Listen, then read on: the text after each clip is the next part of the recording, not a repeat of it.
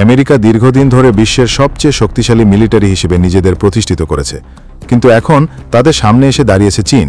আর তার মাঝেই হঠাৎ করে চীন হাজির করেছে তাদের নতুন 6th জেনারেশন স্টেলথ ফাইটার জেটের দল, যার নাম হোয়াইট এম্পারার বি।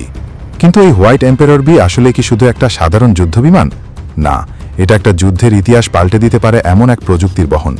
একবার ভাবুন, একটা বা দুইটা না, একসাথে 16টি এই জেট চীনের আকাশে ওড়ার মহড়া দিয়েছে। এটা কোনো ছোটখাটো ঘটনা নয়, বরং পুরো বিশ্বের সামরিক মহলে যেন একদম দম বন্ধ হয়ে যাওয়ার পরিস্থিতি তৈরি হয়েছে। আগে আমেরিকা 5th জেনারেশন জেটগুলো ছিল বিশ্বের সবথেকে শক্তিশালী ফাইটার জেট। সেগুলোকে ধরা বা থামানো ছিল প্রায় অসম্ভব। কিন্তু এখন চীন এসেছে আরও এক ধাপে গিয়ে, নতুন প্রজন্মের যুদ্ধবিমান নিয়ে। এই নতুন জেটগুলোতে আছে সনিক্স স্টেলথ প্রযুক্তি, যার মাধ্যমে রাডার এদেরকে খুঁজে বের করতে পারে না। জানলে অবাক হবেন, আমেরিকার তৈরি করা বিশ্বের সবথেকে উন্নত রাডারও এটাকে ধরতে পারে না। হোয়াইট এম্পারার বি এর গতি, প্রতিরক্ষা ক্ষমতা, যুদ্ধ সক্ষমতা যেমন আশ্চর্যজনক, তেমনি এর অস্ত্র বহনের ক্ষমতাও চোখে পড়ার মতো। এই জেটগুলোতে রয়েছে সুপারসনিক গতি, মানে শব্দের গতিকে ছাড়িয়ে যায়। প্রায় 2300 কিলোমিটার প্রতি ঘন্টা বেগে ছুটতে পারে এই জেটগুলো, যা আমেরিকার সুপারসনিক মিসাইলকেও টেক্কা দিতে পারে। তার উপর এই ফাইটার জেটগুলো একসাথে শত্রু ট্যাঙ্ক, জাহাজ বা বিমানকে উড়িয়ে দেওয়ার আধুনিক ক্ষমতা রাখে। এইসব ফিচারের কারণে আমেরিকা, মধ্যপ্রাচ্যের দেশগুলো, এমনকি ইসরায়েলও অবাক হয়েছে। চীন একসাথে 16টি জেট আকাশে উড়ানোর মতো শক্তিশালী মহড়া কেন দিয়েছে তা একটা বড় রহস্য। এতগুলো জেটের মহড়া নিশ্চয়ই কোনো বিশেষ কারণে। চীন ঠিক কী ভাবছে তা বোঝা কঠিন। তারা কি নিজেদের উদ্দেশ্যে এই মহড়া দিচ্ছে, নাকি কোনো বন্ধু দেশের নিরাপত্তার জন্য? তা এখনও তারা স্পষ্ট করে কিছু বলেনি। তবে বিশ্লেষকরা মনে করেন ইরানের সাথে চীনের গভীর বন্ধুত্ব সম্পর্ক আছে। আমেরিকার কঠোর নিষেধাজ্ঞার মাঝেও তারা গোপনে শক্তিশালী হচ্ছে।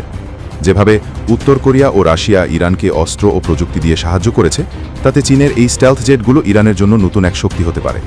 তাই স্বাভাবিকভাবেই গোটা মধ্যপ্রাচ্যের দেশগুলো এই খবর মনোযোগ দিয়ে দেখছে।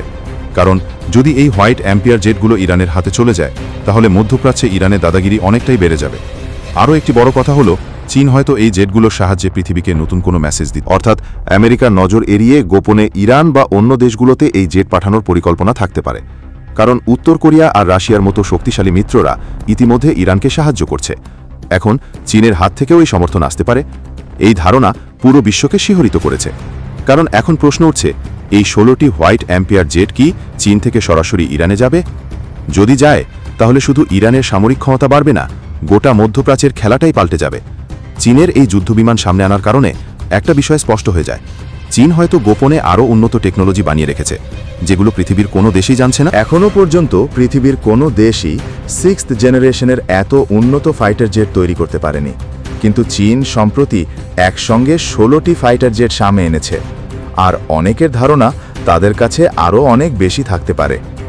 সামরিক বিশ্লেষকরা মনে করছেন চীন ধীরে ধীরে তাদের সামরিক ক্ষমতা দেখাচ্ছে, আর এই হোয়াইট এম্পারার বি তাদের এই পথে একটি বড় পদক্ষেপ। বিশ্বের বড় বড় দেশগুলো এখন চীনকে আরও বেশি গুরুত্ব দিচ্ছে, কারণ চীন সামরিক ক্ষেত্রে আর পিছিয়ে থাকবে না। আমেরিকা, রাশিয়া আর চীনের মধ্যে চলমান এই আধুনিক অস্ত্র প্রতিযোগিতা সামনের দিনগুলোতে আরও বাড়বে, আর এর মধ্যেই ইরান মতো মধ্যপ্রাচ্যের শক্তিশালী দেশগুলো গুরুত্বপূর্ণ হয়ে উঠছে। সুতরাং হোয়াইট এম্পারার বি শুধু একটি যুদ্ধবিমান নয়, এটি একটি নতুন যুগের সূচনা, যেখানে পৃথিবীর সামরিক শক্তি ও কূটনীতি একসঙ্গে পাল্টে যাবে। এখন সবাই অপেক্ষায় আছে, চীন কি সত্যি এই জেটগুলো ইরানে পাঠাবে? আর যদি পাঠায়, তাহলে আমেরিকার থেকে কি জবাব আসবে সেটা সময় বলে দেবে। এটি পাঠানো মানে কি, যুদ্ধের ময়দানকে আরও ভয়ঙ্কর করে তোলা?